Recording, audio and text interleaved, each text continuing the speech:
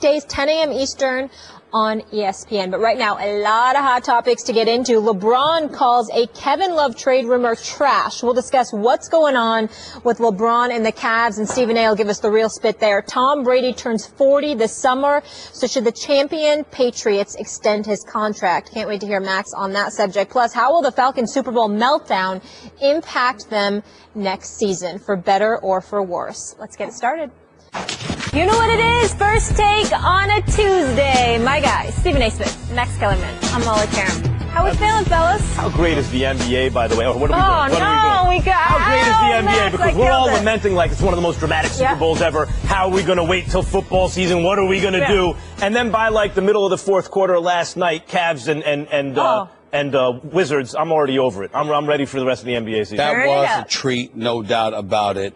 But every game has not been like that this NBA season. Come on. Don't start on that Debbie Downer note. Don't be a basketball grit. We're going to get into that, but we have some other news to get into in the association, where there is a whole lot of chatter regarding a Kevin Love Carmelo Anthony trade with the deadline on the horizon. The New York Daily News cover this morning with the headline, "The King has spoken, bring Melo to me." The Cavaliers look to put an end to the speculation. Here's LeBron shutting down the report. Can you imagine this team without Kevin Love, LeBron? Nope. There was a report in the New York Post today. You're probably familiar with it. Heard about it. It's trash. And the guy who wrote it is trash, too, for writing that, especially during a game like that. So, you know, it's always about outside noise, and that's just outside noise. For us, we got to focus on what needs to be done in order for us to continue to compete for a championship, and we got who we got. Our GM will do a great job of, figuring out if we need something else, but right now we're in a good place. A lot of trash being thrown around, Stephen A. Do you believe LeBron? Yeah, I believe him. I believe him in this particular instance because, listen, LeBron would love to play with Melo, yes, but the report specifically said that LeBron wants Melo so bad, go ahead essentially and push Kevin Love out the door. That's not what he's saying here. He doesn't mind playing with Carmelo. He'd love to play with Carmelo Anthony, but he's not going up there and saying, get rid of Kevin Love, then going in the locker room later on in the day and smiling in Kevin Love's face like everything is all right. Kevin Love is not the kind of guy that deserves such a thing. He's one of those guys, just on a personal level, Max, he's one of those guys that at his core, he's an incredibly decent dude that you don't want to do something like that to. He's the kind of guy that you sit up there and you pull aside, you have a conversation with him if you got any differences, because he's a really good guy. He's a damn good basketball player. He's got skills, but he's a good locker room guy as well. And so LeBron is very sensitive to stuff like that, and that's why I think you saw him speak out the way that he did. I would tell you he's a bit misguided in pointing the finger at the reporter, because he should be pointing the finger at the individuals who probably gave the reporter that story. I've known Frank Isola for more than 2 decades. If you tell me that there's somebody better at covering the New York Knicks and the New York basketball market, I'll call you a damn liar. This dude is big time. And not to mention the fact that he has a multitude of sources. Although I totally believe LeBron that he's right about what he's saying in terms of it not being true, what I would say is that somebody told Frank Isola that. He didn't get it out of thin air. He didn't get it from whether it's somebody from the Knicks, who I suspect had something to do with it, whether it's an agent who I'm hearing had something to do with it as well, or somebody from the Cavs who communicated with that agent. And I'm certainly not implying that it's GM David Griffin, because I don't think he would do that. The bottom line is that there are a multitude of avenues upon which this story could have been leaked to Frank Isola. Although I'm told by multiple sources it's incredibly inaccurate, and I totally believe LeBron. At the same time, don't kill the messenger here. Right. Kill the dudes that are giving him that information, because you got a whole bunch of people that want to create narratives, and more importantly, don't mind bringing dissension and acrimony to the life of LeBron James. He is a consistent target. People get at him all the time. People say false stuff about him all the time. And I think that's what happened here. We're going to talk about this more a little later in this segment, so let's table what the motivation could be for a source, talking to Isola. I mean, Isola's not making stuff up. Right. You're not a respected reporter for years and years and years and years in the biggest marketplace in this country, because you don't know how to do your job. Right. And so the question is, do you believe, LeBron, that the report is trash? In other words, that it's not true. Yes, I believe it's not true. Not that Isola is making it up, right, but that it's not true. Right. And then the question, why would LeBron's been a credible source. He's not one of these guys like a college coach who says, how dare anyone ever say that I'm going to go to the NFL? I've made a commitment to this school, and then the next day they're gone. Yeah. That hasn't been LeBron. He's been straightforward about, right? I mean, this is who he is. He's a credible source. So why did he come out this way? He came out his face at Isola. Not only was the report trash, but the reporter is trash, is what he said. Right. And that, who knows what goes on between them. I think that's a low blow from LeBron. But I think it indicates a larger issue we're seeing with LeBron. And I saw it starting in the playoffs last year. You know, I talk a lot about him bullying the Warriors and Steph to gain a psychological advantage. And then this year, the way he went at Barkley, the way now he's going at Isola, the message is, I quote Jay-Z from time to time. I just did it on SportsCenter. With you, Stephen A. Smith. Yeah, but that don't matter. You on First Take now. Don't bark up that tree will fall on you. That's LeBron's message to the league and the world. Like, I'm minding my own business, but if you bark up this tree, be prepared for the clapback. Stephen A., and before you respond to that, I just want to be clear. So you guys are saying that Frank Isola essentially got bad information. Yes. So he reported a bad report that was given to him. Essentially. Got it. Essentially, yes. But also understand that think about the backdrop of all of this. Think about the weeks that led up to this. We all know that Carmelo Anthony, that LeBron James wouldn't mind having Carmelo Anthony. We also know that that LeBron James has been on the record stating emphatically that the Cleveland Cavaliers need to improve this roster. I don't need LeBron James nor Frank Isola or anybody else. I have my own damn sources. And I'm here to tell you something right now. LeBron James has been on them to improve the roster, and the Cleveland Cavaliers, there has been some concern about the health of Kevin Love. Nobody is questioning Kevin Love's skill.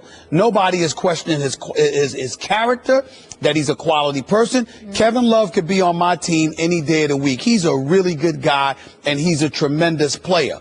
But there have been questions about his health, which is why the New York Knicks thought they had a legitimate chance at acquiring him to begin with. Then you also have to take into account the shots that LeBron has taken at Phil, because Phil took shots at him. You never know where the narratives could be created to create, some kind of acrimony, some kind of discomfort for LeBron James. This story didn't come out of thin air. There's an agenda here. Now, Frank Isola may have been used as the conduit, to disseminate that information. But at the end of the day, that shouldn't be where... Or it where, could be a bad case of telephone. That shouldn't be where LeBron James' focus lies. It should be on who's trying to say that about me and put this on me in case change is made. Now, look, I think there are the source that Isola had probably had ulterior motives. But it could be telephone. Like, in grade school, you could play telephone where you go around in a circle, someone says something, by the time it gets around to you, it's completely changed because people interpret the message. You could see where someone said, LeBron really wants to play with Carmelo, and obviously Kevin Love has been discussed as the exchange that would make sense, particularly if he's not healthy. And so that could get confused. But when you really look at it, it doesn't make sense. Especially, I referenced off the top of the show, maybe the best game in the NBA so far this season, when the Cavs just beat the Wizards in overtime. That was a great game. You know who won that game for? I mean, you could point to Kyrie, certainly, who came up big, LeBron down the stretch. Kevin Love with his sharp shooting from outside, hitting the glass, the defensive rebound that salted the game away at the end. I mean, it sealed the win for him. Stop right there. You see, this is me talking to. You don't get to be that slick, Max Kellerman. Because the Max Kellerman that I remember never hesitates to bring up how much the same Kevin Love struggled during the NBA Finals. Sure. And I happen to know, Matt, that Max Kellerman, June is far more important than February. So the fact that he had a great game last night, don't give me that as your argument. I don't want to hear that. Now, I happen to have a lot of respect for Kevin Love, and I'm certainly not implying that you don't. But I do understand, but I do know what you're doing here, and it's kind of slick. I remember you repeatedly pointing out how you were very disappointed in his offensive output in the final. Yes. So don't give me some 39-point effort on February 6th. He is more integrated into the team's offense than ever. That's what they need. They don't need an ISO scorer on the Cavs. That's not their biggest need. Kevin Love fits well, and furthermore, even if you believe Carmelo Anthony is a better player than Kevin Love at this point in their careers, right now, if you believe that, and there'll be that opinion will be divided among basketball people about that. It is divided. Even if you believe that, though, Kevin Love's now in his third season on the team. They just won a championship. The way he just played against a team they may see in the Eastern Conference Finals, though I agree, the Warriors series is most important, indicates that more important than just who's better, especially if it's close, it's who fits better and who's been integrated into the offense over the last 2.5 years. This is not your fault, but let me say this to you. You're missing something. And the thing that you're missing, and I'm very, very shocked knowing the capitalist that you are, that you would miss this. You're missing money. You got to remember, they invested $113 million into Kevin Love. The Cleveland Cavaliers can say whatever they want. If they truly believe that Kevin Love's health is that compromised, they don't want that money on their books. You got to remember that too. Sure. So that's very, very important. So again, from a basketball perspective, health is an X factor. I can see that. I understand that. I'm just saying it's important to recognize that these stories are not coming out of thin air about Kevin Love. But I want to emphasize it's only because folks are questioning his health, not his game, not his character. Back looked pretty good last night. It did. No. It did. It did. Let's leave it there. Coming up a little later in the show, we've got a good barbershop debate for you. We're going to ask you who's the best in their sport, LeBron James or Tom Brady. Why I got to be barbershop? Why can't it be salon? Oh, it's why can't it be salon? You think they're talking about it in the salon? It's a hair salon. It's a hair salon debate. Maybe in the saloon. I don't know about the salon. What about You're right, Brady? Stephen A. I think the ladies tend to talk about Tom Brady. I think they do. Thank you. I think they do. Thank you for correcting me. Oh, I'm just saying. I got to bring it up. They can't talk about LeBron. I got to look out for the ladies. I'm sure they can talk about LeBron too.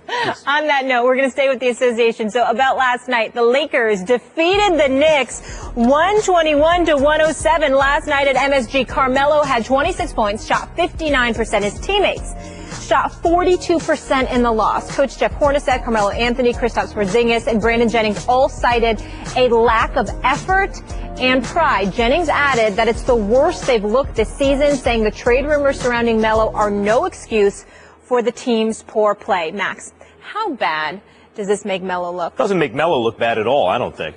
Melo's giving an honest effort. Melo's embraced New York. The city's embraced him. He's embraced his desire or the idea that he could help bring the Knicks to prominence once again-ish. I mean, it's been a long time.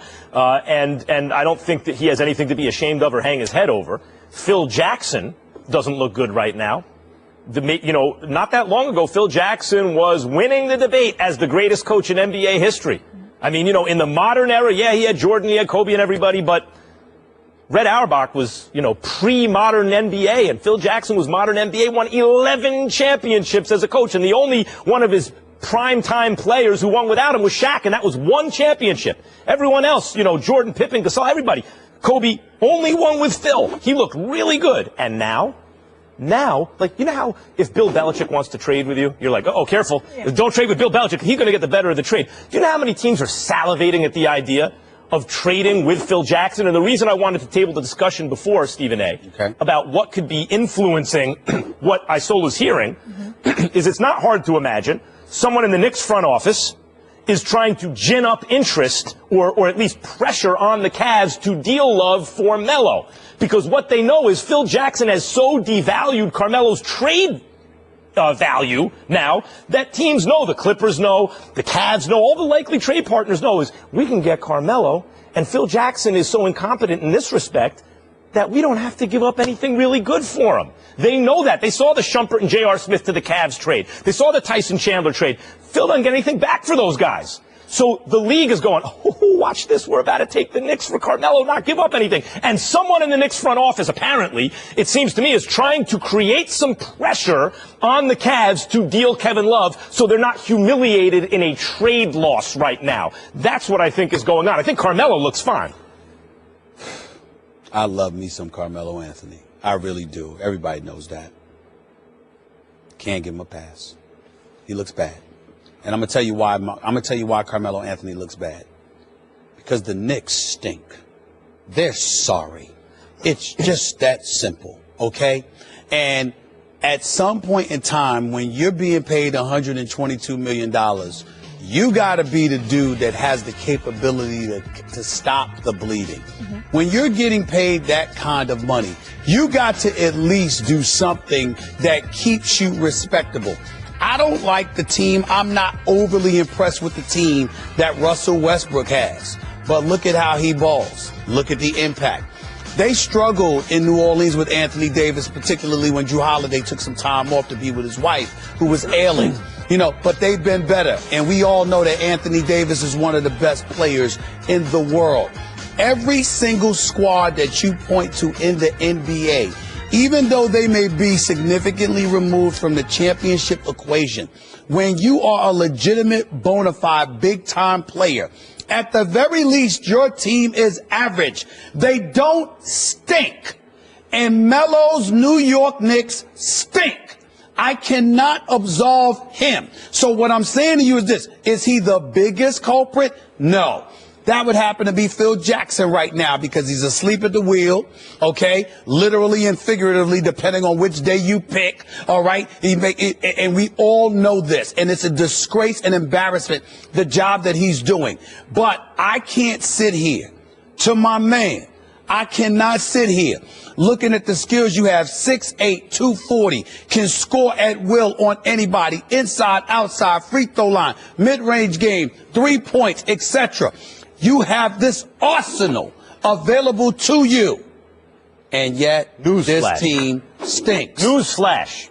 They're like, welcome to what the rest of us already know. You've always overrated Carmelo Anthony. He's an incredible offensive weapon in the sense that he can score at will. And when he is used properly on teams that weren't great, he can win 50 games as a centerpiece of a team and get your team to the playoffs, maybe even the second round, because actually he demands so much attention because of his offense. The defense has to, when he's finding open men, which he has done in the past at times, he's a valuable asset. But that was Carmelo at his best, and even then he was a little bit overrated because he never played defense. What you're really saying is Carmelo is not really a superstar in terms of his impact on a team.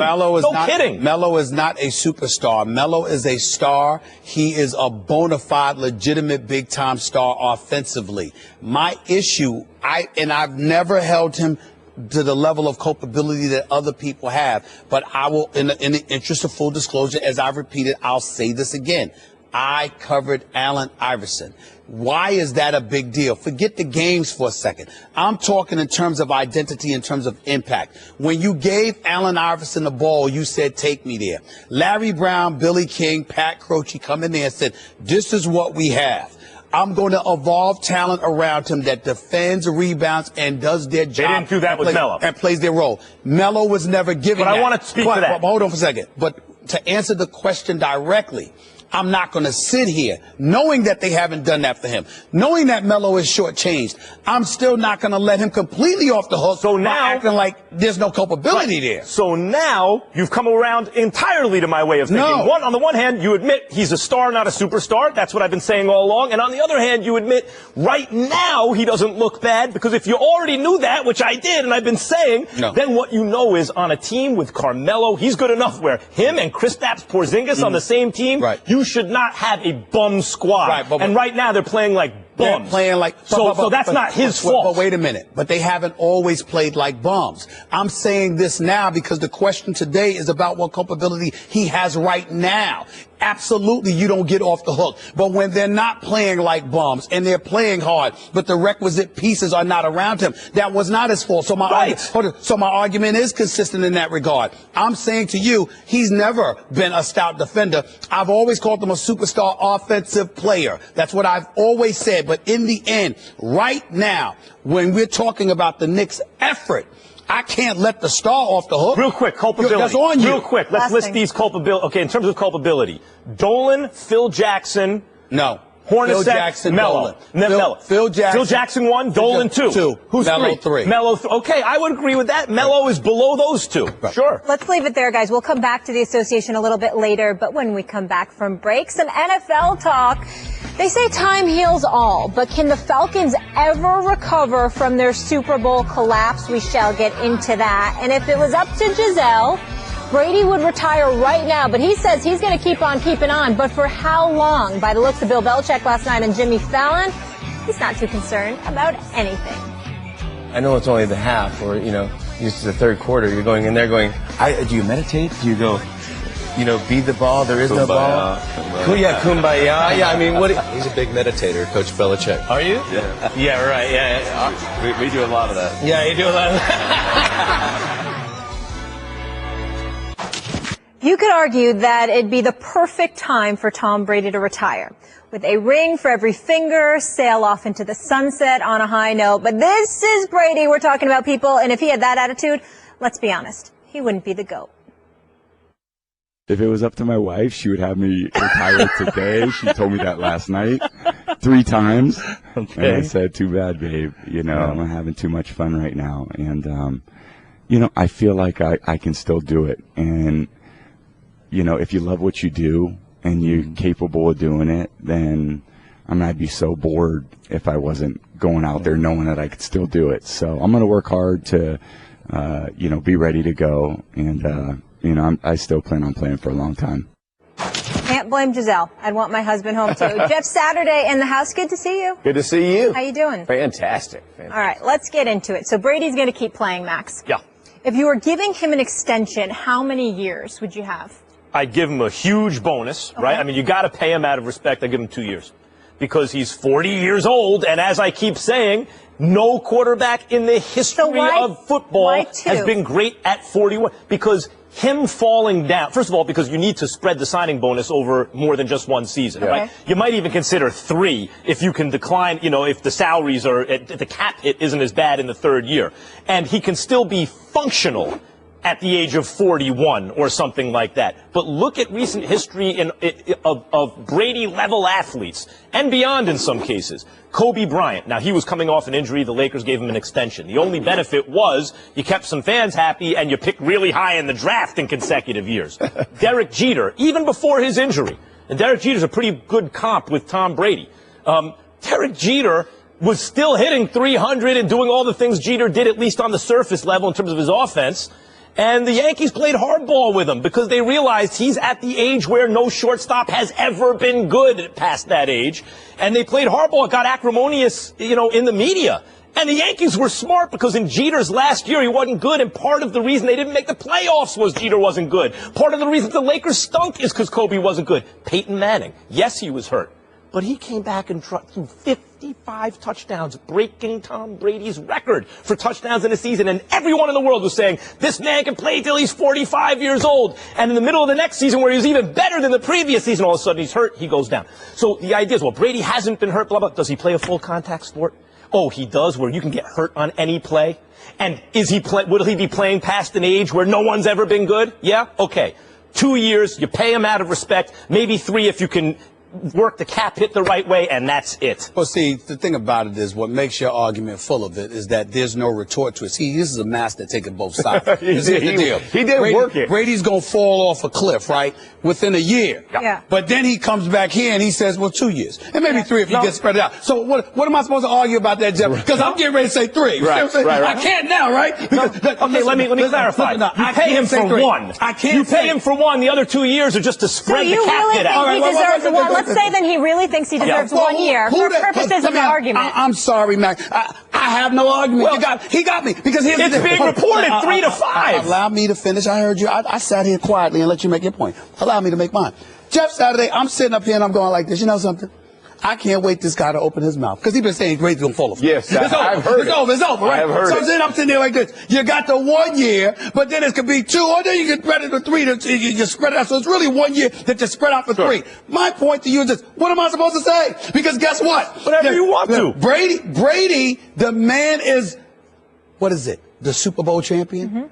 Super Bowl MVP, 466 yards just 2 days ago. You mean that dude that averaged about 269 yards of passing this year, that completed 67% of his passes this year, as far as I'm concerned, a minimum of 2 years guaranteed. 3 years would suffice, because even if Brady fell a little bit, there's such a discrepancy between him and 98% of the league that even falling off, he's still better than 28 other quarterbacks in the NFL. No. Yes.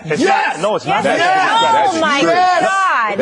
By the way, he was a little better than Matt Ryan, especially when it counted. That's not like a huge discrepancy. He is as good as Aaron Rodgers. 98% of the league. If you give me, you're going to sit there and say Aaron Rodgers. Outside of Aaron Rodgers. Sure. I mean, we could put Drew Brees, Matt Ryan in the argument. There's 4 or 5. Wait. After that, there's 27 other teams. Yep. Who Well, do you think that you can't win a Super Bowl with Ben Roethlisberger? Because that's obviously not true. Or Eli Manning or Matthew Stafford, maybe. Really? Or Andrew Luck. There are a lot of great quarterbacks. Really? Oh, Andrew Luck, League MVP. That dude? That same dude? That same dude that I told you wasn't going to make the playoffs. That dude. By the way, was Peyton Manning, had he fallen off the cliff when he won the Super Bowl, yes or no? But here's the difference in the situation that you're talking about with Peyton Manning. It was a change of offense, right? Which did not suit Peyton Manning's skill set. Wouldn't have fit it year 10 and past, right? I mean, if you want to really be honest with what they were asking him to do.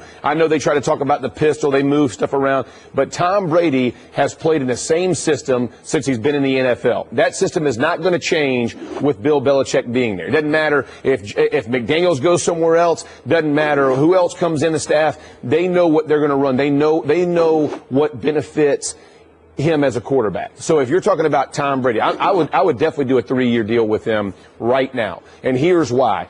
Because Bill Belichick doesn't expect him to win every game for him. You know, the Super Bowl, 60-plus passes, they set it on his shoulders.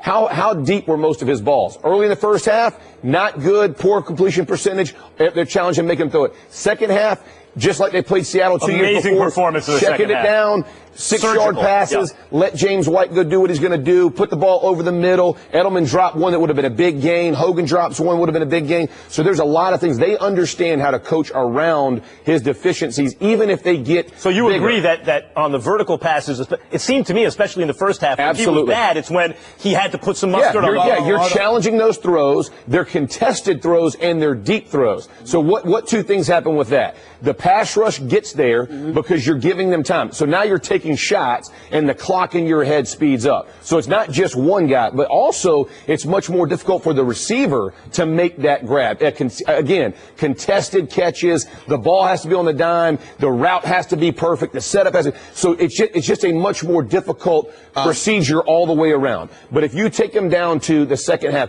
this is where Tom Brady separates himself. He lets his playmakers do what they do. The thing that you can never take away from Brady and why you wouldn't want to shorten his career, he makes everyone around him better. He understands where they need to be, why they need to be there, the timing of being there. And he drives those guys, and they all know he's going to do his part to get that ball set there. They bring back Dante Scarnecchia, the offensive line coach. They improved in that area.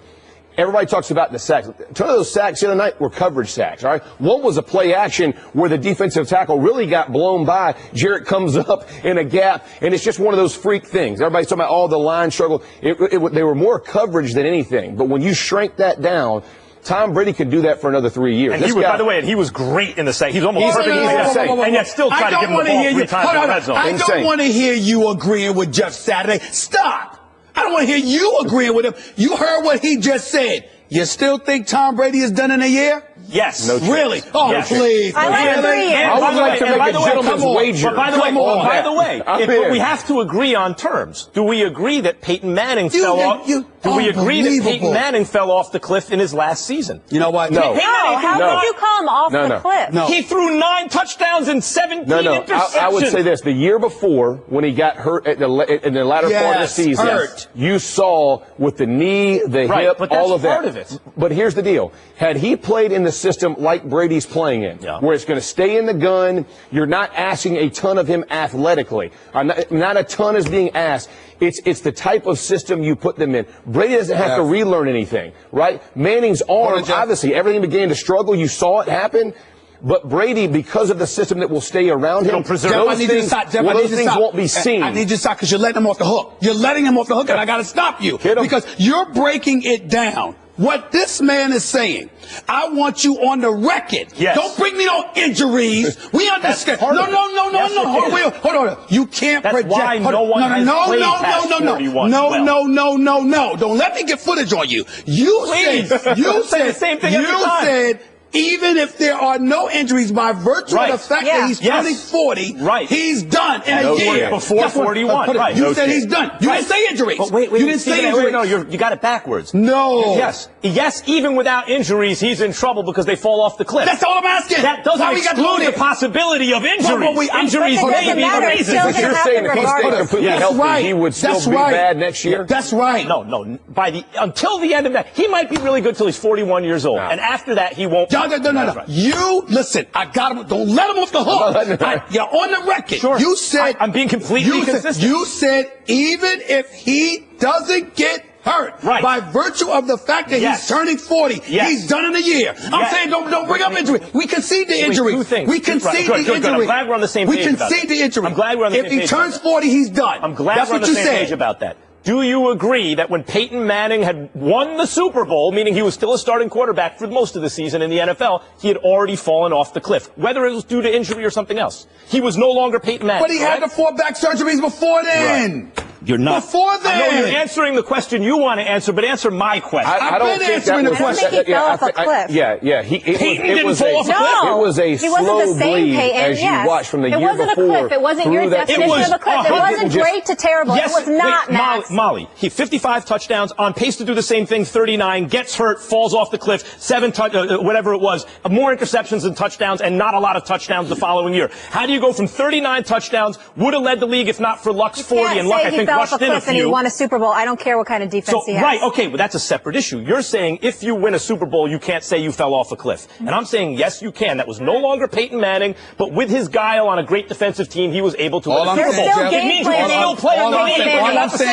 All I'm saying to Jeff, I'll say it to Damian Woody. I'll say it to Ryan Clark. Anybody that comes on this show, we're shoving injury aside. Anybody who gets injured, you can ultimately fall off. 25, what 45. this man said, no, we're not missing it. We're copying exactly what the hell he's saying. Max Kellerman said, if Tom Brady because he's turning 40, he's going to fall off a cliff. And wait a minute. And there's a possibility he may not be healthy. In other words, if he gets hurt. Oh, no. Wait. I give up. That is the point. You're playing a full contact sport. If Brady gets hurt and falls off a cliff, I don't want to hear, well, he got hurt. Yes, Vince Carter's 40 years old, right? Yeah. Playing in the NBA. You think that's more demanding physically than playing football for 80-plus games he's playing? Football's more demanding. Okay, in my opinion, on the stress on what the injuries you're talking about, I would say basketball is more stressing in terms of joints and stuff. Right, like Tom Brady. For 6 of the 7 days, he's going to be protected. He's not taking any shots. He's not getting beat up. He's not doing those things. Vince Carter is still producing athletically.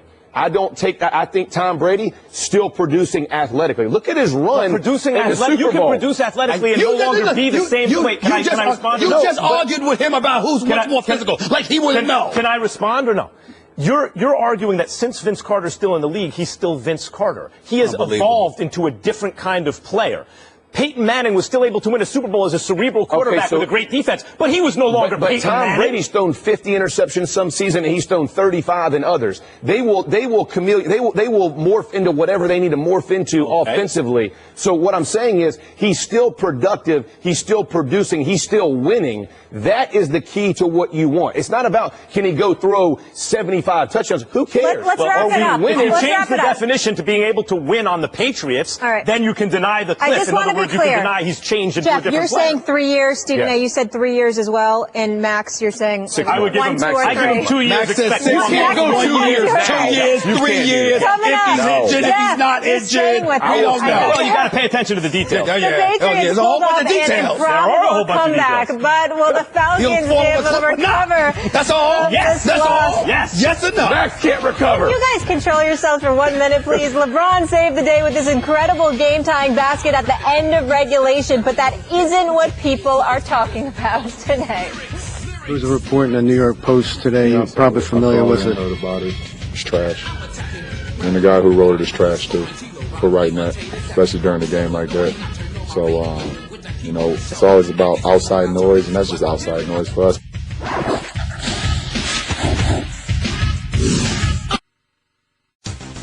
I'm Andy Katz from ESPN, along with my co-host Rick Klein of ABC News. On the latest edition of Capital Game, we're going to discuss President Trump's controversial executive order. We'll discuss it with Iowa's Peter Jock and SI.com's Michael McCann.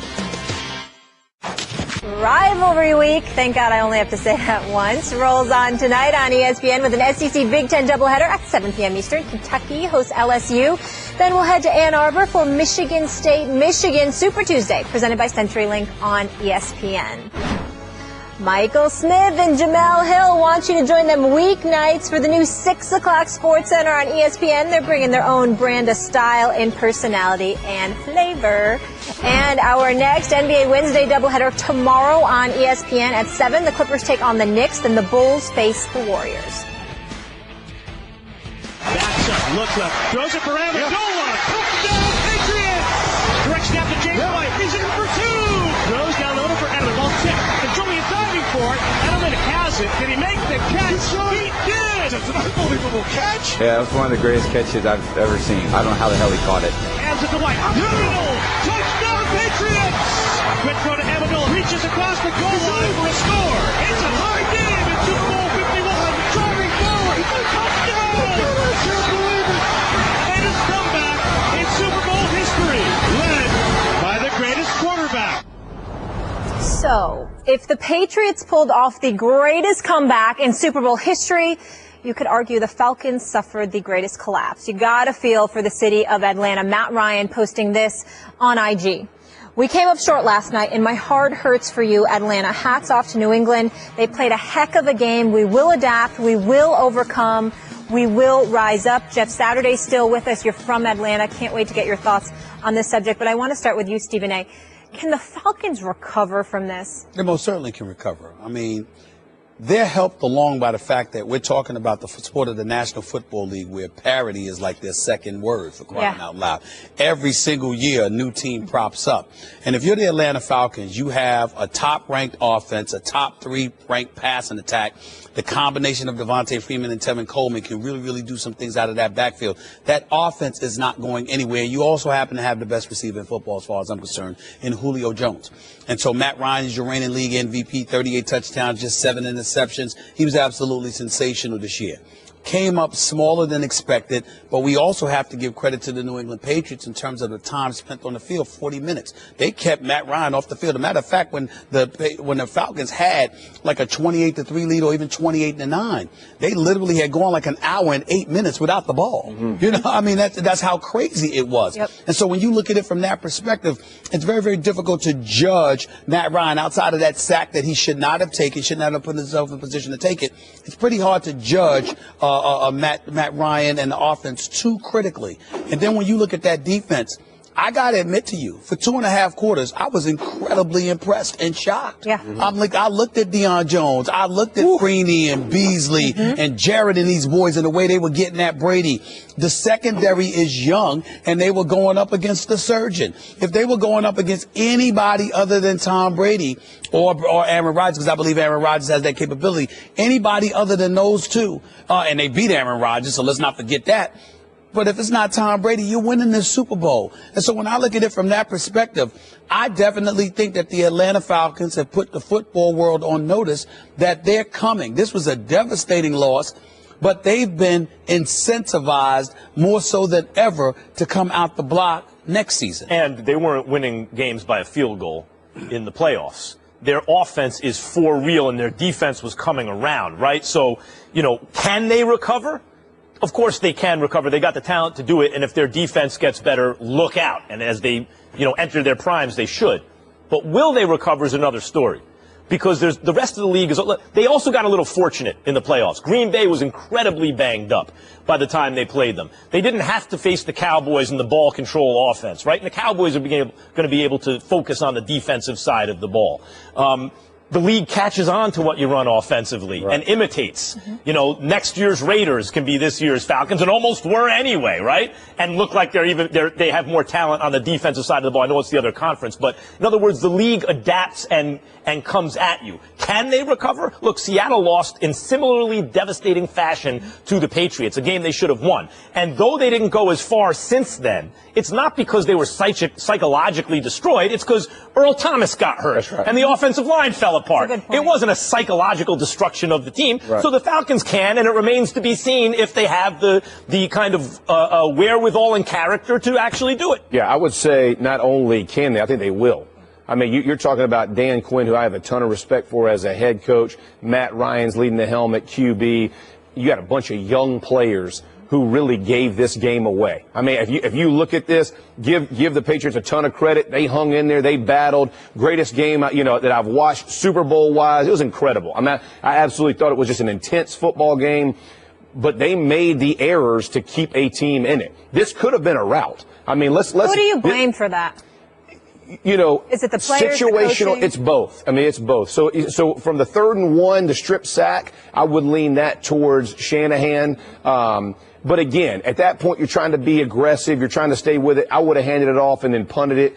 Okay, so the strip sack goes. The very next series, though, you're inside the 25-yard line.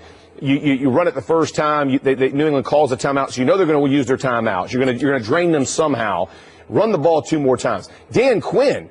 I mean, listen, you're the head coach at that point. Look at him and go, man, we're running it. I don't care if it's check with me. I don't care if we're trying to audible. I want the ball 12 running. in the box. Yeah. We're going to run. By the way, he's been on a team that that didn't run it. Yeah. Okay, Yeah. so let's not forget managing situations. How does that happen with Dan Quinn? Yeah. So, how does that happen? So listen, you get caught up in the moment. You're giving your offensive coordinator leeway, and you should. I understand that. But at that moment, everybody said, hey, you can't assume what's going to happen. Maybe Matt Bryant misses it. Maybe there's a lot of maybes in the world. I got to ask you about that, though, from Dan Quinn's point of view. We had this whole debate yesterday, and I put it mainly on Dan Quinn, because when you're as a defensive coordinator, when you're helpless and you watch Bevel call a play that you may disagree with, you have to be thinking to yourself, if I'm ever in that position, the very next, 2 seasons, you're in that position, and all you got to do is hand it to the running back twice. You're like 99.9% likely to win the game. You're 11 points up. They're out of timeouts. There's 3 minutes and 40 seconds.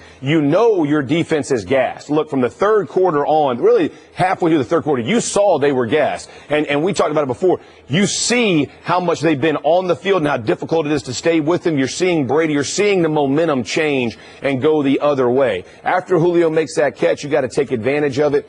All that being said, though, you have a lot of very young players, and they are set up to be very good the next few years. And so as you're looking at this football team, you're going to lose Shanahan. Obviously, he's in San Fran. You're probably going to lose your quarterback coach. He's going to go to the Rams. So you have all kinds of issues that you're talking about. But you got to stick with the same philosophy because you've bought into the philosophy. Your offensive line mimics it. Your 2 running backs mimic it. Your receiving core, all of that mimics what you want. You have the players in place. Defense is going to be just fine. This is a 1st and 2nd year bunch of players. Dan Quinn's going to have these boys right. They're going to get after it. They're going to do it. But I think from a coaching perspective, you walk in and go, men, we let it go. But here's where you got to pull up the bootstraps, men. We got to keep battling because we are a very good football team, and this could be the start of a dynasty style team, and I truly believe that. I told somebody a month and a half ago, this may be the deepest offense in total that I've ever seen. Yep. That's a greatest show on turf. The deepest. Okay, not necessarily the most, but the deepest. You can go to the 4th tight end, still making plays. You can go to the 5th receiver, still making plays. 3rd running back, still making plays. I mean, they're young. Their quarterback's still young. Yep. They're hungry. I mean, they have a great coach. It's unbelievable. Like the energy around them is just. This could be the one thing you don't want to do is hang your head and go, we can't get back here. Understand. I let this one get away. It was on me because truthfully, you got to own it. Matt Ryan, you got to throw that ball away. Situational football, the Patriots, the reason they're so successful is they know they're going to thrive in those situations. Players usually, now, have they made mistakes? Absolutely. I've been on teams and taken advantage of it. I love it because it's so rare. But you got to own it and go, you know what? Should have thrown the ball away. You know what? Should have went for it. All those things. But that's player owned. And once you begin to own it, now you can recover from it. If you just pass it off, that's where you tank it. One slight thing you didn't bring up. All right. We said practically the same thing a year ago about the Carolina Panthers. And they're in the same division. So the thing about that, we have to be careful. I believe in Atlanta based off of what I've seen. And Carolina never had this offense. Right. And that's fair.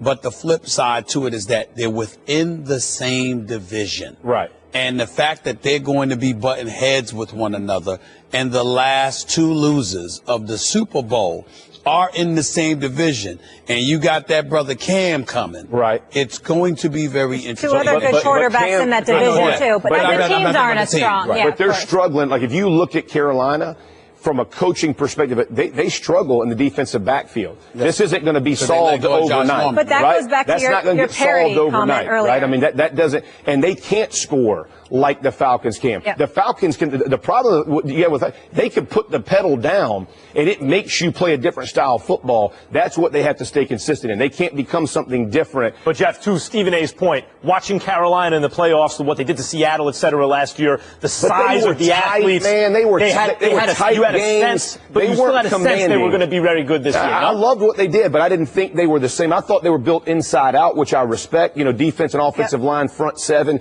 I love that. But on the outside, they don't have nearly the explosion. Atlanta's another level. Exactly. For perspective, only 7 times in Super Bowl history has a team lost and returned to the Super Bowl. The last time was 23 years ago, the Bills, and only twice they've actually won the game. So it has happened.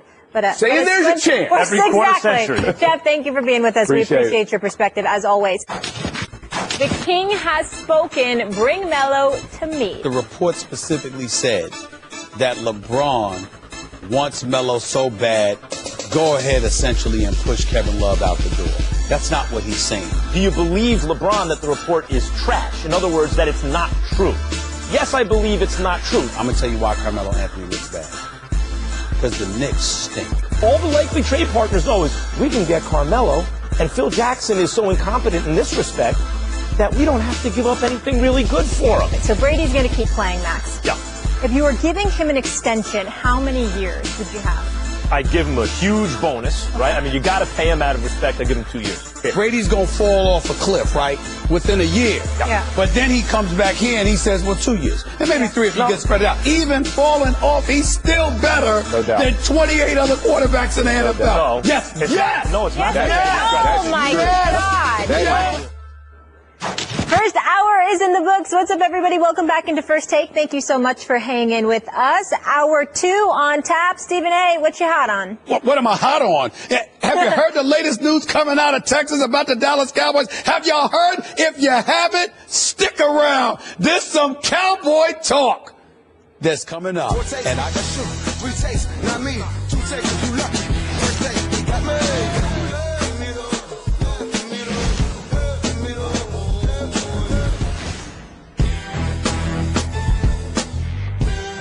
All right, let's get into it. So over the past few days, LeBron James hasn't held back in sharing his feelings towards some members of the media.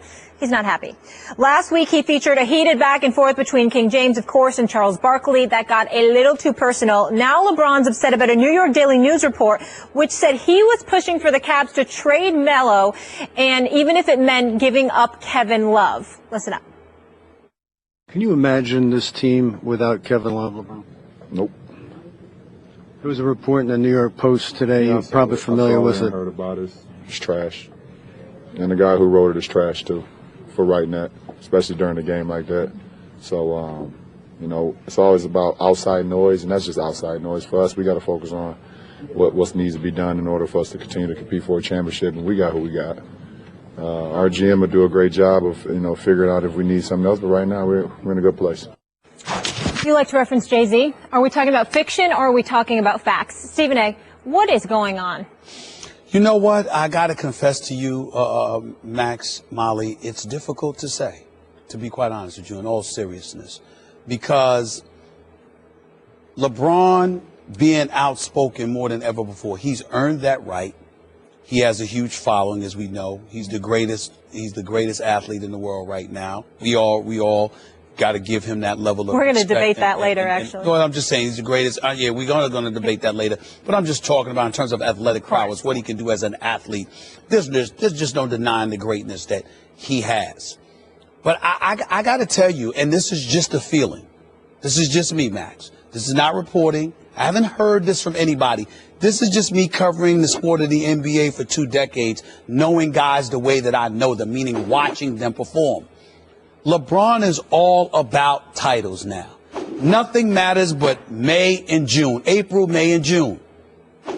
I truly believe that he's trying to control a narrative because he's worried about people compromising everything that he's built because he knows it's on the verge of falling apart if they lose to the Golden State Warriors. We won't be talking about LeBron the king. We won't be talking about LeBron the champion. We'll be talking about what might have been, what was. It'll be past tense because a new era has arrived. Because if Kevin Durant and the Golden State Warriors win this year and they decide to get to stay together because both Kevin Durant and Steph Curry could be up for new contracts this summer, then what are you going to do with them? A legitimate argument could be made. They should be 2-time champions right now. And that was before Kevin Durant even arrived. So if you're LeBron, I think you're looking at it. He knows this team is good enough to get to the finals. He knows they're the number 1 seed in the East. The question is, are you going to win the chip? And right now, that's a huge question mark. And I think that's on his mind more than he's willing to admit. So what's going on with LeBron is the question. And I think you got it. That instinct is almost right. I would tweak it like this. Okay. LeBron knows history's watching. LeBron is measuring himself against the standard that Michael Jordan, the greatest player of all time, set. LeBron knows that since his career PER, meaning for his career on average, he's already below Jordan. Yeah. And as he declines, he will fall farther below. On average, Jordan was better by the most advanced metrics. And Jordan's sitting on 6 chips, and Jordan never choked away 4 consecutive fourth-quarter finals in the finals, as LeBron did against the Mavs. LeBron knows the only way into this conversation is, certainly, he can't be sitting on 3 chips to Jordan's 6. And when he sees what's going on, he realizes he can't be Mr. Nice Guy. I quoted Jay-Z before. I'll quote Rakim. Eric B. and Rakim. Okay? Come say hi to the bad guy. Don't say goodbye. Don't plan to die. That's what he's telling people right now. If I got to be the bad guy, I'm not going out like that. I'm not going out, well, okay, shucks, we didn't get the help we needed. And you know, I'm being undermined in the press by some plant from the Knicks front office to Isola. I don't think he should have gone on at Isola personally. Or Charles Barkley's going at me or whatever it is. No more Mr. Nice Guy. Necessity is the mother of invention, right? He is in a position where he feels desperate. If he wants to challenge Jordan in history, if he wants to win another championship while he's still the best player on the team, which is how he's going to be measured, it's got to be done right now, and the trade deadline's coming up. I will tell you this, and I'll tell you where I think LeBron is looking at this all wrong. LeBron may be of the mindset that, you know, it's about those rings. It's about those 6 rings or whatever the case may be. And I've always counted them, meaning I've always looked at Jordan's 6. But more so than the 6, I look at the unblemished record. That's why LeBron can never be MJ to me. It's not because MJ has 6 rings and he has 3. It's because of the 4 titles LeBron has lost. It's those 4 titles, and I'm looking at MJ, and I really think that LeBron only lost 2. I don't hold 2007 against him with San Antonio, all right? And I certainly don't hold the one 2 years ago against him against Golden State because he was a one-man army. There's but so much you can do. What I do hold Dallas against him, okay? I do, you know, that loss to San Antonio wasn't his fault, but it's on his books, no question about it. And so I just look at it from this perspective. LeBron doesn't have to win 6. If he won this year, after Kevin Durant decides to jump on the wagon with the Splash Brothers and Draymond Green, if LeBron wins this year, I'm sorry, you got to look at him in a different light. After coming back down 3-1 last year. Well, again, after taking it to 6 games the year before with no one. I'm stuck in the middle in neutral because I don't take it away from him that he won that title. But that suspension of Draymond Green was that pivotal to me. Stuff happens. Well, no. What I'm saying is that I don't view it the same way. I'm not delegitimizing it. It's yours. You won the title. You came back from 3-1. But having gone up 3-1 in Cleveland and coming back to Golden State for that Game 5. I believe if Draymond Green doesn't get suspended, get it together, Dre. the title That's is part of his. playing with Draymond Green. I look at LeBron, and I'm going to say this. When I said he was scared, I don't mean him, the individual. LeBron ain't scared of nobody. He'll get on the court and do his thing. I was saying that as a team collectively, he's smart enough to know, as presently constructed, they're not good enough, as far as I'm concerned, to beat Golden State. And I think that is on his mind, that he knows that. LeBron fans would counter your, Jordan's unblemished in the finals, LeBron has lost a bunch, with that's because LeBron has been to more finals. There are very good counter arguments to that. We're not going to do them right now, but I actually think the counter arguments win that argument. It's like Montana and Tom Brady, the same type of thing. If LeBron wins this year, I don't think there's anything we can say about him. I mean, he wins this year. I think we're already it will be his but it's greatest another achievement. level. It will be his greatest achievement. If he wins this year. Even above last year, which was insane. It would be above the year before, when he single-handedly took him to 6 games against the Warriors. This would be great. Let's say in the NBA, and we go wall to wall. Arguably, the best game in the NBA season happened last night between LeBron's Cavs and the Wizards. Here's a little recap for you. Beal, he'll step back. Oh, he broke the ankles of Shepherd. And LeBron out to Love. 3. Good! Kevin Love is a sharpshooter. Washington down by 1. No good. Rebound miss. He puts it back in. Love. LeBron. And got it. Banks it in. Ties it at 120. That's a shot he's not going to forget. Here we go with the overtime. Beal, 3, good. Bradley Beal is an assassin. He'll fake, he'll shoot, he'll score. Kyrie Irving is a flamethrower. This might be the best game that I've seen this year. What a game. And the day after the Super Bowl. Max, what do you think? Eastern Conference Finals preview right there? If I had to guess, obviously, the Cavs are going to be there. I would say, Washington. And the reason I say that, because who are the candidates? It's Boston, it's Toronto, or it's Washington. And as insanely out of his mind as Isaiah Thomas is playing right now, and he's on a good team with an excellent coach, I mean, fourth quarter scoring on top of everything else, the fact of the matter is this. What it usually comes down to in the NBA, is of the good teams, who has the best player, who has the most special player. And when you look at the likely candidates to actually get there, apologies to Larry and DeRozan and all those guys, and Isaiah Thomas, all those guys, the most special player in the East on a good team is John Wall. And I think that if he starts to truly realize his potential, which I think, especially the way Porter's shooting the ball and Beal's fearlessness and Gortat in the middle, I think this Washington team is likely to get past the other, either it's the Celtics or the Raptors, because in the moment of truth in the NBA, among good teams, between good teams, the best player usually wins. And I believe of all the non-Cavs in the East, that's John Wall. Couple of things, few things that need to be said here. Number one, Scott Brooks is doing an outstanding job. Ernie Grunfeld is doing an outstanding job because he hired Scott Brooks. The Washington Wizards were 7-13 to start the season. Over the last 31 games, they are 23-8. That's their record.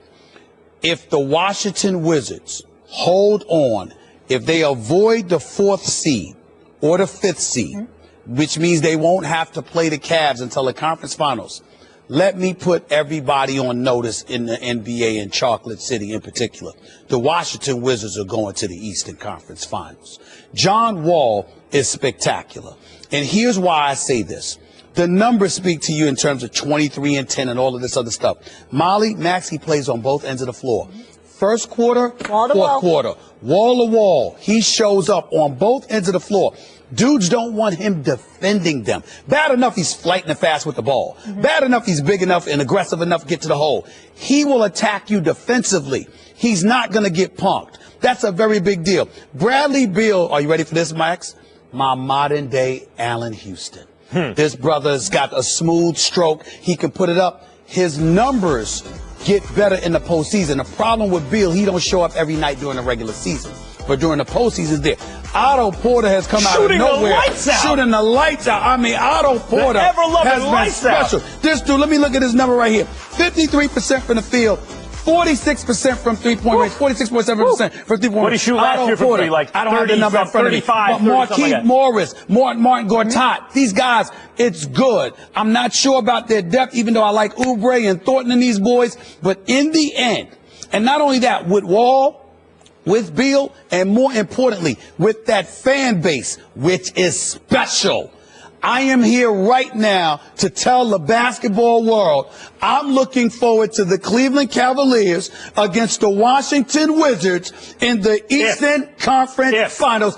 If they stay at a 2 or 3 seed, they can't be at the 4th or 5th seed. In order to do that, they have to be the 2 or the 3 seed. In order to do that, like John Wall, as I said, is differently talented than any other player who's not on the Cavs in the East on a good team, right? Like, yeah, Porzingis is different, Embiid, but especially of the guards, when you look at the good teams, he's the most talented player. I like his team. Here's what I'm looking for John Wall to join the Westbrook, Harden kind of level of point guard. He needs to be consistent in second half of games and in the second half of the season. And if he does that, he will be mentioned. He's already sometimes mentioned in that category, but he will be mentioned much more consistently, and he won't be overlooked as much. If he can do that, they will make the Eastern Conference Finals. Well, you know what? Let me tell you something right now. You can say that. I'm just looking at the fact that John Wall's got that kind of heart, and he's the kind of person that can galvanize a team. And this is the type of team that can be galvanized by a city. And if a city is galvanized by anything, meaning Chocolate City, the nation's capital, it's going to be at the thought, the specter of going up against LeBron James for a right to get to the NBA Finals. I have gotten to a point where I am convinced that the Washington Wizards are going to the conference finals. Okay, here's my question, though. Yes. Can they beat the Cavs? No. Don't be ridiculous. No, because you know why? Here's why. Here's why. Because LeBron is not just too gifted, but his stature is so supreme that when it gets tight, not only can he close the deal, but he's going to get the benefit of calls. Playoff basketball slows down. It becomes a bit more physical, and there are some on Washington who can handle it, but most of them are entirely too new to it. That will not work to their advantage, One last thing. And that is the reason. One last thing. If it seems like LeBron gets a lot of lucky breaks, the ball happens to wind up in Ray Allen's hands, and if not for that Allen shot, whatever, it's not just because of calls. Michael Jordan teams, Magic Johnson, Larry Bird teams, Kobe Bryant teams, LeBron James teams. The role players seem to come up big in big moments, not only because they're good, but because there is so much attention placed on the star. Because the star is so great, you're always in a position to win the game at the end. I'll close it out this way.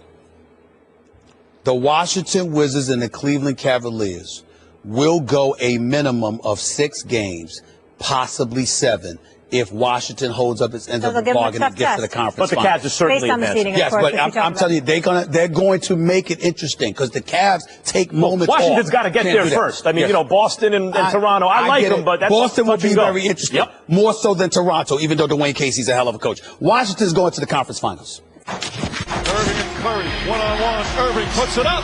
It's good! The Cavaliers are NBA champions. Cleveland! This is for you! Brady gets a snap, pitches out White, gets a block. He digs, he turns, he dives! Touchdown! The Patriots have won Super Bowl 51. 2 of the greatest players to ever do it won championships in dramatic fashion over the past year. LeBron James brought the Cavaliers back from down 3-1 to beat the reigning champion Warriors, and Tom Brady rallied from down 25 points to win the Super Bowl on Sunday. Both incredible. But here's how they stack up. So they've both been to 7 championships. LeBron doing it in less time, but Brady has the edge in chips, but LeBron has the edge in league MVP. So we asked you to weigh in at home, who's better or the best in their sport, Brady or LeBron? And 56% said Tom Brady. Stephen A? We'll go to Max. Max? Yes. They get it right? Way off. This should be something like, I'm surprised at that. Although football is a more popular sport, I don't think that will last very long, but it is now. And it should be something like 75 or 80% for LeBron. Here's the problem. When you normalize for the sport, in other words, if you say, how is Brady versus the quarterbacks in history against how is LeBron versus the players in history in the NBA, Okay. Brady, you might say, ranks higher on that list than LeBron. But there's no such thing as a football player who has the same sway on the outcome of a game, even a great quarterback, as a basketball player. There's no football player that could ever affect the outcome of a game, a season, a championship, the way Michael Jordan could or LeBron James could, which is one of the reasons there's never been a Michael Jordan of football. I mean, the closest thing you'd say is Jim Brown, maybe once upon a time, Johnny Unitas, but there never really has been. You could say the Michael Jordan of a position, Jerry Rice, but who's been the Michael Jordan of football? No one really. Now, there's a simple way to see the impact they actually have on their team. You bristle when I bring up, Molly, when I bring up Bill Belichick, who's always been clearly more important to the success than Tom Brady, though Brady gives you a premium even over Belichick's over other quarterbacks. Let's see. What is the career record of the teams that they've played on when they've played and when they haven't played, right? Isn't that the perfect way to see their value? Yep. With Brady, 183 and 53, that's a 78% winning percentage. Without Brady, 13 and 7, 65%. In other words, they're better with Brady than without him, but they're still winning almost twice as much as they're losing over. You're talking about like Matt Castle when they didn't make it to the playoffs. Sure. Let's But they're keep that in 13 mind. and That's just regular season, they are right? 13 and 7 overall when Brady is not playing. They win almost twice as much as they lose. Brady elevates that because he's the greatest ever, right? LeBron James, 695, 339 for a 67% winning percentage. His teams win twice as much throughout his career as they lose when he's playing. Without LeBron, 23 and 43, 35%. They lose twice as much as they win. LeBron clearly, this is an easy way to tell. 13 and 7, by the way, in football is over a season's worth. So it's a large sample size. LeBron's influence on the outcome of games is twice as great as Brady's. So no, Brady is not more important to his teams and not the greater the greater influencer. Despite the fact that you're incredibly happy, you've got a beautiful family, beautiful wife, beautiful kids, and everything like that, I now know why. You don't always look as happy as you truly are. It's because you're such a thinker. You go so deep. You go so deep, Max Kellerman. You make things far more complicated than they are. It's very, very simple. Tom Brady knows how to throw a football. Yeah. LeBron James knows how to do practically everything else. It's really that simple. Tom Brady's not 6'8", 240. He's not a locomotive coming at you. He can't, he can't skywalk, for crying out loud. He can't leap tall buildings with a single bound per se. He can't do all of those things. He can throw a football. He's very, very exceptional at it. Congratulations to him, the best arguably to have ever done it. After what I saw Sunday, I'm willing to concede he's the best ever as a quarterback. But as an athlete, in terms of just the bevy of things that, of course, you're I'm going talking about LeBron. specialized skill. I'm just saying, the NFL, you have specialized skill. NBA, you got to do everything. NBA, you got to do everything. And LeBron, when you talk about an athlete, Brady is not on that level.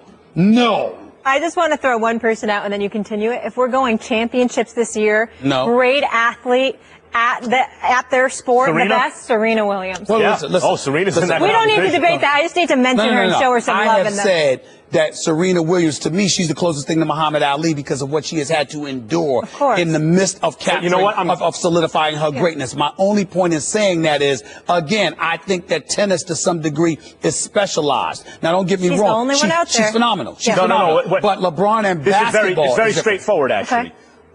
Brady plays with the most teammates. Therefore, he has the least sway on the outcome of the game. LeBron plays with fewer teammates, so he has more sway on the outcome of the game. Serena plays by herself, so she has the most sway on the outcome of the game. The individual sports, the fewer teammates you play with, the less you're dependent on them, and she's not dependent on anyone other than herself. But here's another thought experiment to try. The Martians have a death beam pointed at the Earth. They say, bring us to your greatest earthling athlete, and our Martian athlete's going to have a competition with the earthling athlete, and we won't blow up the Earth if you win the competition. We would say, well, never mind what the competition is. It's just a series of athletic events. Are you taking them to Serena Williams, Tom Brady, or LeBron James? We are every single person on the Earth. Tough. Every single person on the Earth with the fate of the Earth on the line, everyone who likes soccer, football, basketball, doesn't matter what, is taking them to LeBron James. What the hell are you going to bring up next? The planet Krypton? I mean, I just don't know. He may be from the I just don't know. I just don't know. I'm just checking. Go ahead. I'm like, damn. I'm saying Max got me sitting there thinking, damn, what country? What's he talking about? I mean, I'm trying to remember the. I'm trying to remember. All right, you guys are both going with LeBron. Obviously, LeBron's the greatest at his sport. When we come back, no teams have yet to visit Donald Trump at the White House, and there are already 2 Patriots who have refused to attend. Also coming up, the Cowboys have the second best odds to win the championship next season, but should they? We'll get into all of it.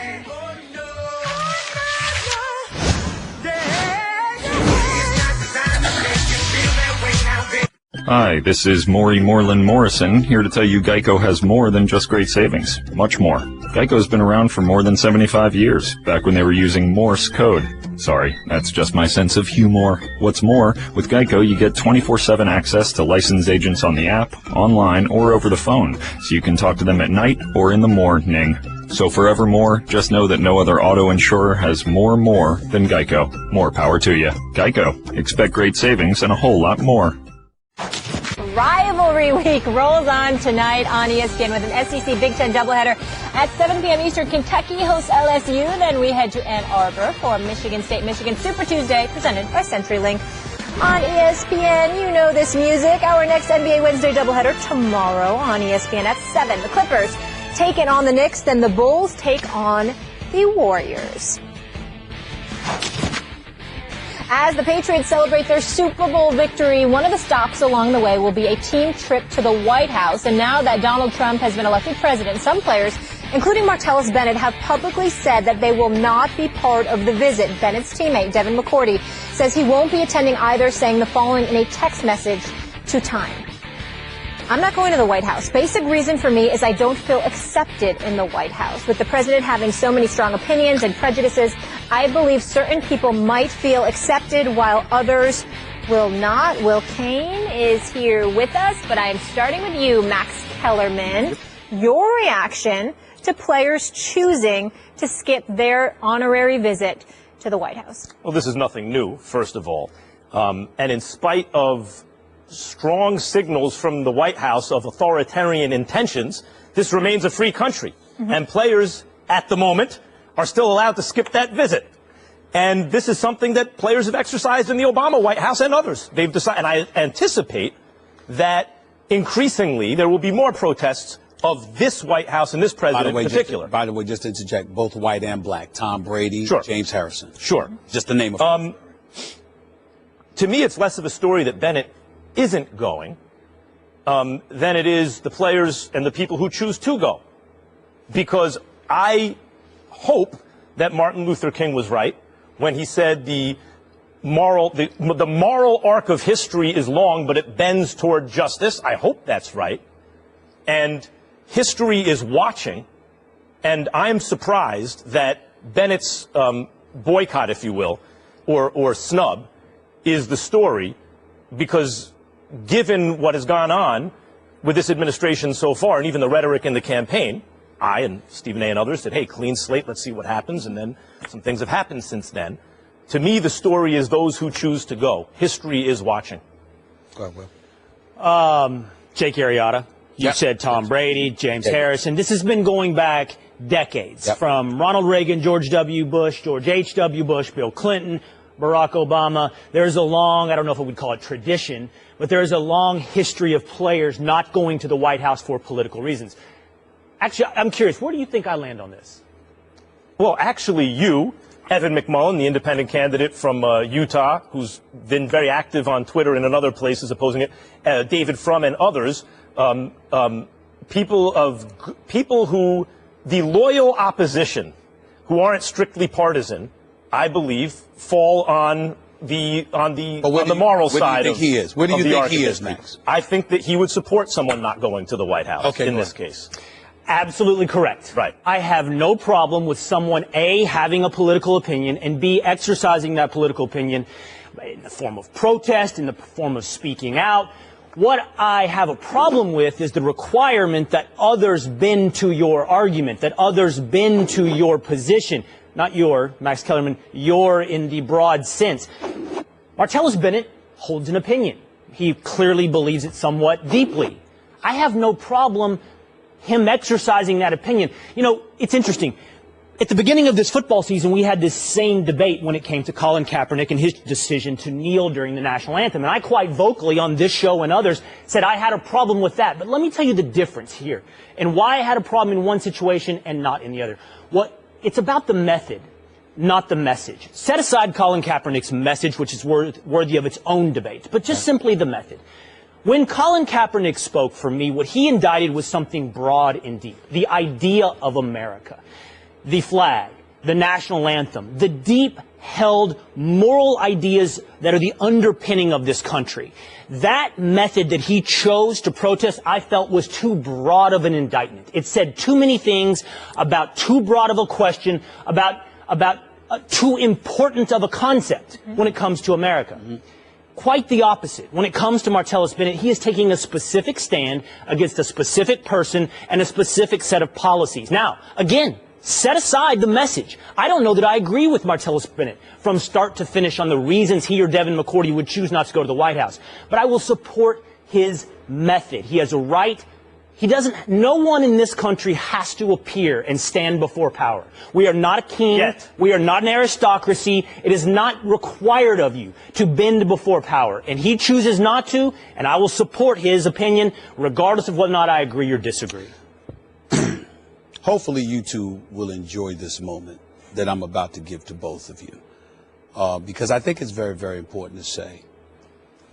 I agree with a lot of what you say, just not as passionate as you get about it because you assume everybody is as knowledgeable as you on certain subjects. That's all. But I applaud your soul and your conscience.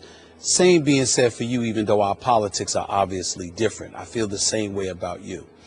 When I heard about Martellus Bennett, I had a different take. Of course, it's his right not to go, and nobody's disputing that and what have you. But what I appreciated about him is that he was clear and specific as to why that was. And one of the things, and I lean back on my man Joe Madison, who hosts his show on the Urban View channel on Sirius XM, channel 126, every weekday morning from 6 a.m. to 10 a.m. Because he's a guy that used to be the former president of NAACP in Detroit and what have you, and he's an advocate. And one of the things that he constantly asks people is, number one, why do you feel this way? Explain yourself. And number two, what are you going to do about it? And when I think about African Americans, as it pertains to the positions that a lot of us are taking when it comes to Trump, I want to know why you feel that way. Forget how you feel. I want to know why. Because at that particular moment in time, I will be able to gauge where you are. See, what we have to concern ourselves with overall as a society is when we're willing to say, well, he's racist. Okay. Why?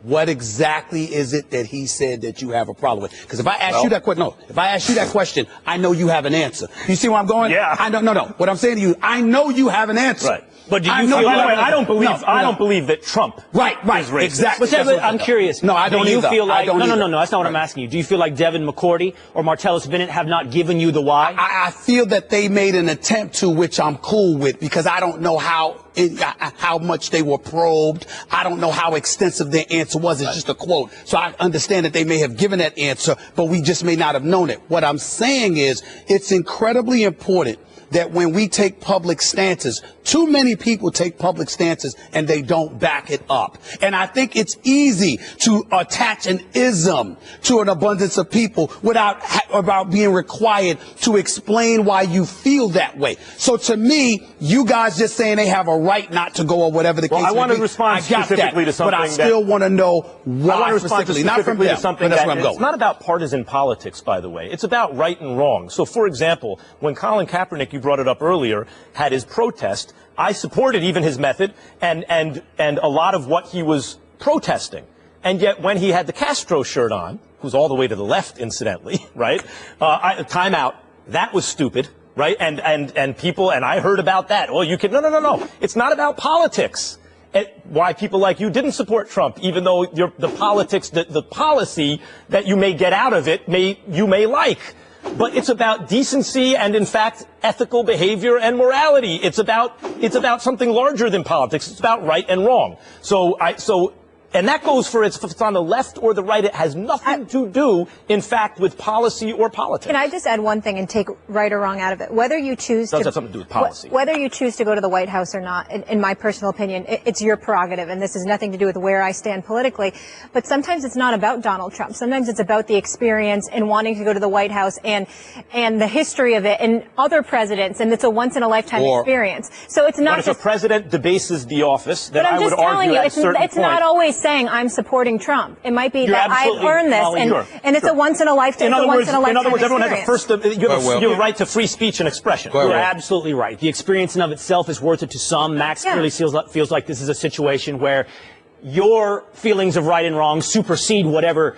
As yours do, but go ahead. Well, look, man, I'll tell you this. Right and wrong are very important concepts, but they're not beyond the concept of disagreement. They can be disagreed upon, discussed, but in this case, we happen to agree. But go ahead. I'm not here to debate politics, to be honest. I'm here to debate whether or not people can say what they want to say and when they should be asked to explain themselves. One quick point to you. I think it's an interesting question. When you should be required to explain your why. We just had this debate, did we not, when it comes to Tom Brady? Yeah. And I'm not sure I know the bright dividing line of when you've injected yourself into a political debate or when you've simply decided I'm not going to go to the White House because it doesn't mesh with my feelings. I don't think, by the way, Tom Brady needed to explain a hat or a relationship. And by the way, I also don't think that Martellus Bennett has to explain his reasoning for not going to the White House. But I will agree with you this. There is a point where you've injected yourself so much into a debate. In fact, perhaps in some situations like Kaepernick, become the leader of a debate. And at that point, you need to know your why and explain it to us. That's true. But also, if you are in the public eye and you decide to disseminate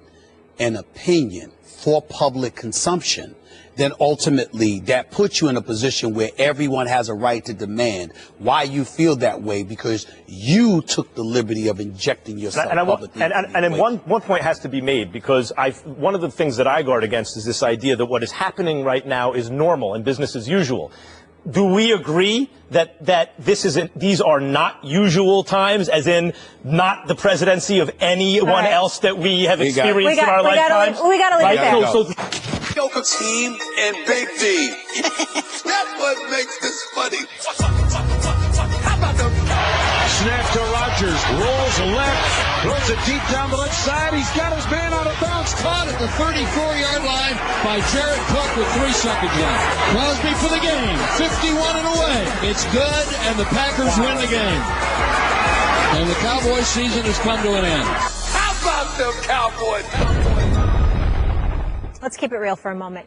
Deep down inside, most of us, the sports world, was probably rooting for a Cowboys-Patriots Super Bowl this season, except for Max. But thanks to that bad man, that didn't quite happen. Well, that matchup could be coming our way next season. That's what Vegas thinks, as it's the most likely matchup for Super Bowl 52, according to Westgate Las Vegas Superbook, with New England at 5-1 odds to win it all. Dallas 8-1. Will is still here. Stephen A. Oh, God, here we go. Yes? What do you ask? Do you think Vegas got it right? Hell no. Hell no, they don't. But I'll tell you this. Stephen A. Let me break it down. Let me break it down. Y'all take out your personal biases, y'all fall back. Excuse me. I'm allowed to have my personal biases anytime I want as long as I'm open and honest about it. And I am very, very biased against the Dallas Cowboys. I despise their fan base. I can't stand them. They make me sick. And the joy that I get from seeing their O-line, their running back, their quarterback? The joy that I get from seeing Dallas Cowboy fans miserable, it's not better than everything, but it's better than most things. So now having said all that, I'm keeping it classy. But having said all that, here's the deal. The Dallas Cowboys are a formidable team. They cannot be ignored. I recognize their talent, etc. I think about Green Bay and Aaron Rodgers and what they're going to get back. I mean, these guys are going to get healthy. If they get healthy, look out. Atlanta has shown you what they're capable of doing. I wouldn't sleep on Carolina. I wouldn't sleep on Seattle next year either. I think they've learned the error of their ways. You're going to take all the teams. You're going to leave something for us. No, I'm sorry. Good point. Good point. You can have them. No, you're I know right. where I'm going. You're right. I'm only making the point to say there are other teams to consider. Yeah. The last point that I want to make is this, and I'm tired of being misquoted about this. Okay. I have never questioned the talent of the Dallas Cowboys. I have always said what can go wrong will go wrong. Just wait. And somehow, some way, and I've even said this to you, and you got to own up to this. That's why you were so sick to your stomach. I sat up there and I looked at you and I said to Darren Woodson too. I said, "Are y'all sure they're going to be eligible?" Will, I'm going to say something real quick, and then the floor is yours. Right. I think the odds are about right. I think maybe the Falcons could be number 2 instead of the Cowboys, maybe. But I would say this team that you haven't mentioned. If Derek Carr is healthy, the Raiders are the Falcons plus better talent on defense. But in the AFC, same division as the Pats. That's right. Conference. That's right. But I like their odds a whole lot this upcoming Problem for the Raiders is they got to deal with a team that's won double-digit wins for 14 straight years, the New England Patriots. Yes. Yeah. You're pretty well paid around here, I think, at ESPN, right? You do all right. I could be doing better. Well, and then that is my question. Now, I'm happy, but do I think I deserve more? Hell yes. It must be nothing compared to what you're making in Vegas on all these bets. You know better than these bookies. 8-1. I mean, 8-1 versus what can go wrong will go wrong? I will confess to you, the bookies in Vegas do communicate with me. And you consistently beat the house on what can go wrong will go wrong? It works. The house got nothing on you, man. 22 years in counting. Let me tell you. 22 years what rational people do. 22 years in counting. By the way, it can go wrong, will go wrong. That's the reason Cowboys aren't 1-1 odds. That gives you a reason for them not to be a sure thing. But 8-1, second best odds is right where they should be. Right. They've got an offense you can count on being there next year, and the Falcons are their model on defense. They have players on their roster, Jalen Smith, Byron Jones, that are going to be getting better and better. Give me all of them. They're going to have all of them. Keep giving me the names, because you said the names before they lost. So keep going. Keep going. What do you want? Because you were sitting right in that chair and Sean you were Lee, depressed. Barry Church. What happened? Because the same players let you down, just like I told you they would. I told you wouldn't even win a playoff game. Well, maybe your argument is that someone loses. 31 teams lose. No. You're making an argument for the Cowboys not being 1-1 odds. To America. I told you right in that chair that Dallas Cowboys would not win a playoff game. That's what I said. I don't remember that at all. You're mad. They should make it to a Super Bowl every 16 years Clark at least. Kent got a selective amnesia. All right. Clark Kent got selective amnesia. You do have some nice hair. Okay, it's all right. Time out. On a much more serious note, when we come back, and I'm very grateful that you are addressing this topic. Will, thank you for being with us. You bet.